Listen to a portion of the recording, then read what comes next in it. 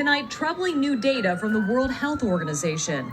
The U.S. marked its deadliest 24 hours last week, with more than 2,900 lives lost to COVID-19. New Mexico Governor Michelle Lujan Grisham announced she is putting the city of Gallup on lockdown after a spike in coronavirus cases in the area. What this tells me, and the experts who are advising me, is that Nevada is doing a really great job at staying home for Nevada. It is working. There are other examples out there to reinforce this, but I wanted to show you this one. Nevadans, you are doing it. You're doing a great job, and it is helping. It is saving lives. Las Vegas, Nevada, one of the world's most eccentric cities. The city known for the Strip, nightclubs, extravagant dining, and a 24-hour gambling is now reopening. For anyone that is expecting to return to the nonstop frenetic action of Sin City once the pandemic subsides, then you're going to be highly disappointed, at least for the short term. What Vegas offers will be the exact opposite of what Vegas has to offer in regards to social distancing. Vegas is massively incentivized to finding a way, though. No doubt resolve is going to be tested here. So Nevada's joined the party here on phase 1 of opening up for states on the West Coast. These states consist of California, Oregon, Washington, Nevada, and Colorado. What's going on, everybody? Welcome to another vlog. Do you remember the video I just put out? You can see it here below about Las Vegas opening up too soon. Now, I did get a lot of feedback that people were unhappy with the fact that I wanted to delay opening up the Strip. I just want to make it clear, I'm not wanting people to not work and make money. I'm trying to prevent a problem from becoming a bigger problem. But we're going to go check out Vegas, see what's going on, and we're going to go cruising today on the Strip. If you look at Las Vegas, how many people come here? 40 million people on average come here a year. How fast would that spread? So let's cruise and take a look at Vegas and see what's going on. Revolutionizing life's biggest purchase, buying a home.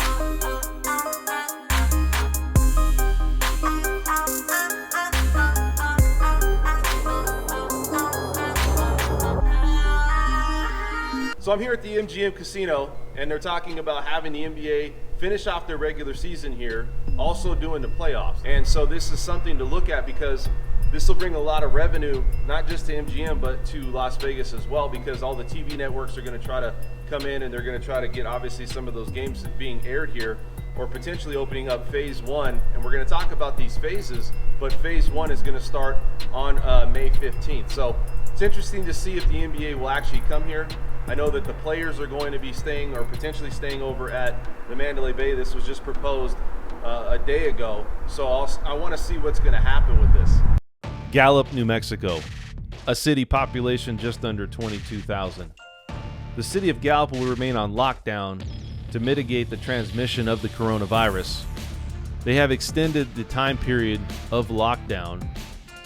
The emergency declaration closes all roads into Gallup, limiting business hours, restricted how many individuals could travel in a car at once, and directed Gallup residents to remain in home except of emergency outings. Houston, Texas. Texas can't wait to open up. Although some businesses have opened up, many have not opened up, and they've been threatened to close their doors because they've opened up too soon. Many of these businesses have been faced with fines, and Texas right now is in turmoil. Governor Sisolak has now entered Las Vegas, Nevada into phase 1, joining 4 other states. Under the first phase, the following casinos are going to be opening up. We're going to first start with Treasure Island opening up May 15th. Recent news has come out that Wynn and Encore will be opening up May 22nd. And Caesars and MGM, we don't know yet. Vegas will continue the restrictions of social events and public gatherings. Over 10 people will still be prohibited. Some non-essential businesses may start to voluntarily reopen under restrictions and under extremely aggressive social distancing measures. So I'm right here at the Wynn Casino, and it's going to be interesting to see what the Wynn is going to do on May 15th when this whole thing starts to open. This is phase one.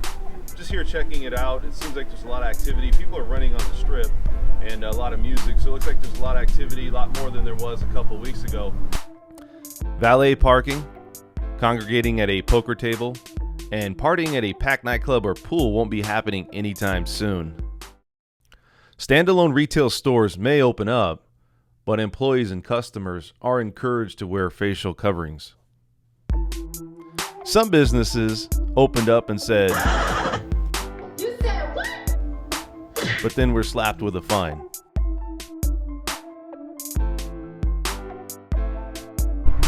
Flamingo right here is really one of the busiest parts of Las Vegas Boulevard, so I just wanted to come down here and see this activity. You know, obviously it's a nice day, but you know, it's really encouraging. I want everybody to go back to work, but I also want everybody to be safe. Las Vegas socializing with bars, nightclubs, pool parties, and also sporting events will be closed indefinitely for the immediate future. Down here at the strip, checking things out, looking and see what's going on as far as activity. A lot of people right now riding bikes, cruising the strip, they're driving the strip. It's a beautiful day today, and I'm just curious to see how activity is going on down here, and it looks like it's starting to pick up. May 15th is that date for everybody for phase one. But again, it's going to be in phases, and it's also going to be a very slow process. I'm interested to see if maybe that, you know, Caesars Palace was one of the casinos that laid off some of these employees. I think it was like 3,200 roughly, and I'm wondering if they're going to come back to work at some point. You know, and also with MGM, you know, they have a lot of these bigger casinos that are looking at bringing in phase one, seeing how that goes, setting up whatever you know, guidelines or restrictions they have as far as coming back to work, and it's going to be interesting to see what happens. But down here on the strip, beautiful day, got a lot of activity going on, things are happening, you got people riding bikes, and you know, you have to start somewhere, and I think this is ground zero for us here in Las Vegas. So May 9th looks like that's a date for some of these businesses here in Las Vegas to start opening up. The governor's office is considering a gradual reopening of dine-in restaurants and personal care services. No decision has been made on allowing reopening under a certain percentage of occupancy, though.